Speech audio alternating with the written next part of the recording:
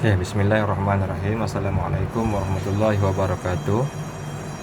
Hari ini merupakan uh, waktu proses pengajaran dan pembelajaran bagi tajuk sirah tahun 2. Oke, jadi tuan-tuan, anak-anak yang dirahmati Allah sekalian, mengikut sukatan pelajaran yang telah diletakkan oleh pihak jabatan, kita hari ini akan mempelajari tajuk perpindahan umat Islam ke Habasyah kali pertama. Penghijrahan umat Islam ke Habasyah kali pertama. Tajuk ini ada dalam buku teks muka surat 56. Cuma saya dah ringkaskan dalam bentuk nota yang saya buat dalam bentuk Word. Jadi boleh tengok dalam skrin yang saya tunjukkan. Okey, tengok tajuk dia, Hijrah ke Habasyah kali pertama. Okey, sebelum kita belajar lebih lanjut, mari kita sama-sama memahami apakah itu hijrah dulu. Okey. Hijrah pada asalnya bermaksud perpindahan. Okey. Hijrah asalnya bermaksud perpindahan. Okey, itu secara basicnya lah, perpindahan. Okey. Okey. Okey, maksud penuhnya dari segi istilah pula ialah hijrah bermaksud perpindahan dari satu tempat ke tempat yang lain. Perpindahan dari satu tempat ke tempat yang lain. Itulah maksud hijrah dari segi istilah. Okey, cuma dalam kes ni kita merujuk kepada penghijrahan umat Islam ataupun perpindahan umat Islam. Okey, dalam sejarah besar perpindahan umat Islam berlaku sebanyak 3 kali, iaitu yang pertama hijrah ke Habasyah kali pertama, kali kedua penghijrahan ke Habasyah kali kedua. Dua awal penghijrahan ni Nabi tak ikut, hanya para sahabat sahaja yang pergi. Dan penghijrahan ketiga barulah penghijrahan bersama dengan Nabi Muhammad SAW, iaitu hijrah ke Madinah. Okey, yang tu akan belajar tahun depan lah. Okey, kita belajar yang dua ni dulu, hijrah ke Habasyah kali pertama dan kedua sahaja dahulu. Okey. Okey. Okey, kita tengok kat sini sebab-sebab penghijrahan ataupun perpindahan. Kenapa umat Islam berhijrah? Adakah saja-saja? Adakah sebab naik pangkat ataupun sebagainya? Okey, saya akan terangkan. Sebabnya yang pertama ialah orang Islam dizalimi dan diseksa oleh musyrikin Mekah. Seperti yang kita maklum, bila Nabi mula berdakwah secara terbuka, bermacam tentangan dan cabaran yang dihadapi oleh orang Islam di Mekah. Kita tengok sebelum ni kita dah belajar bagaimana keluarga Yasir dibunuh. Dari dalam satu keluarga tu hanya tinggal seorang je, iaitu Ammar. Ibunya Sumayyah, ayahnya Yasir dibunuh oleh orang musyrikin Quraisy. Okey. Jadi itu menunjukkan bahawa Islam di kota Mekah waktu ni sangat ditentang. Okey. Ianya bertepatan dengan sebab yang kedua, iaitu orang Islam mendapat tentangan hebat dari musyrikin Mekah. Orang Islam yang lemah-lemah di kota Mekah banyak yang dizalimi oleh orang musyrikin Mekah. Jadi orang nak sebarkan Islam pun susah. Sebab apa? Bukan sebab orang tak nak terima, tapi sebab orang lawan. Itu yang masalahnya tu. Tak terima dah satu hal, tapi yang lagi satu hal lain ialah mereka menentang hebat dakwah orang Islam. Hingga Nabi sendiri pun dibaling dengan najis dan sebagainya. Apatah lagi orang lain.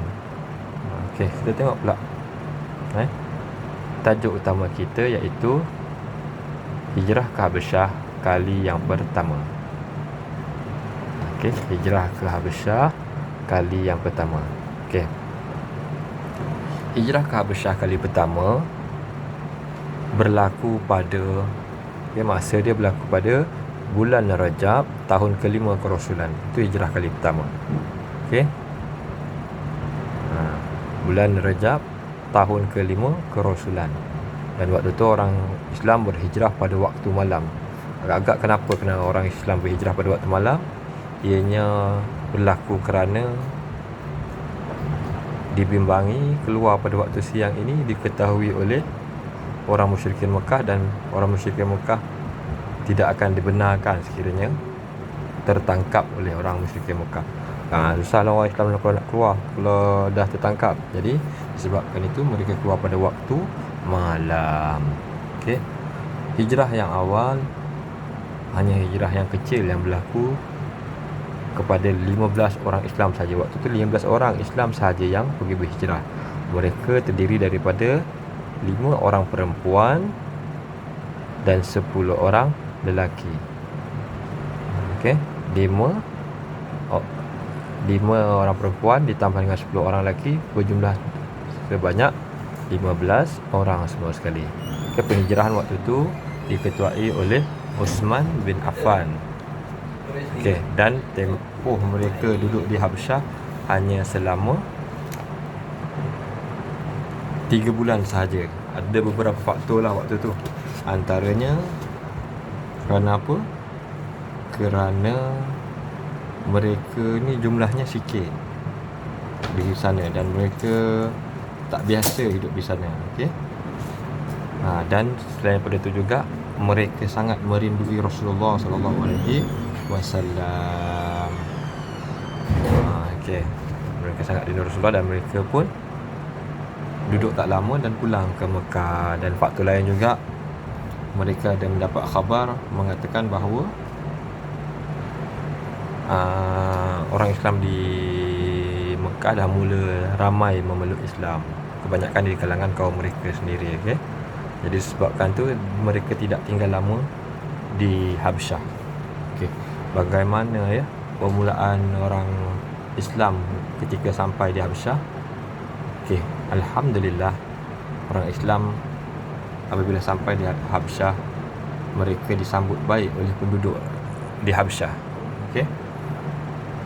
Dan raja mereka yang bernama, Raja Habsyah yang bernama An-Najashi. Saya ulang, An-Najashi. Nama tersebut ada di dalam buku teks muka surat 57.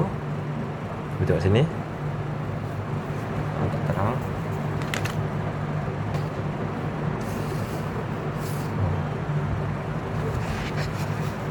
Okay, saya taikkanlah kat depan sebab dalam buku tak apa nampak. Keadaan sekarang agak gelap.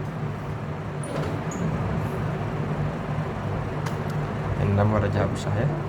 Raja Habsyah. Siapa nama dia tadi? An-Najashi. Okey. An-Najashi. An-Najashi merupakan Raja Habsyah. Raja Habsyah ni merupakan orang baik ya, orang yang adil. Walaupun dia beragama Nasrani, tetapi beliau merupakan raja yang baik dan orang Islam disambut baik oleh penduduk Habsyah. Bila pemimpin yang baik, insya-Allah akan melahirkan rakyat yang baik. Ini sebagai contoh yang kita ambil daripada Raja Habsyah tadilah. Okey.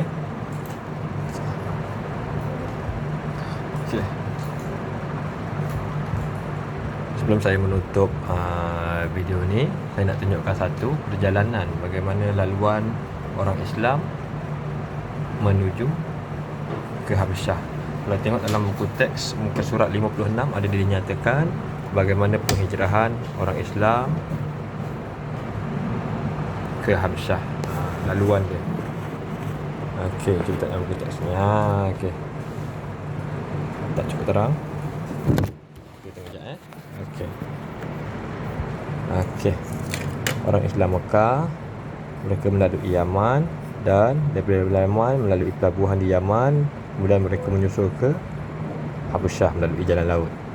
Okey, laut iaitu Laut Merah. Di sinilah perjalanan mereka daripada Mekah melalui Yaman dan sampai ke Habsyah. Okey. Okey, untuk ini setakat itu sahaja penyampaian daripada saya. Kita akan belajar pula berkenaan tajuk Hijrah ke Habsyah kali kedua pada hari dan waktu yang lain. Okay, insya-Allah. Jadi saya akan tinggalkan beberapa tugasan kepada anak-anak. Semoga tajuk ini dapat memberi manfaat kepada kita, bahawa kita kena sedar bahawa orang Islam dulu di awal permulaan Islam itu sangat susah. Jadi kita alhamdulillah hari ni lahir-lahir dah masuk Islam dah. Lahir-lahir sebagai seorang Muslim dah mudah dah. Okey.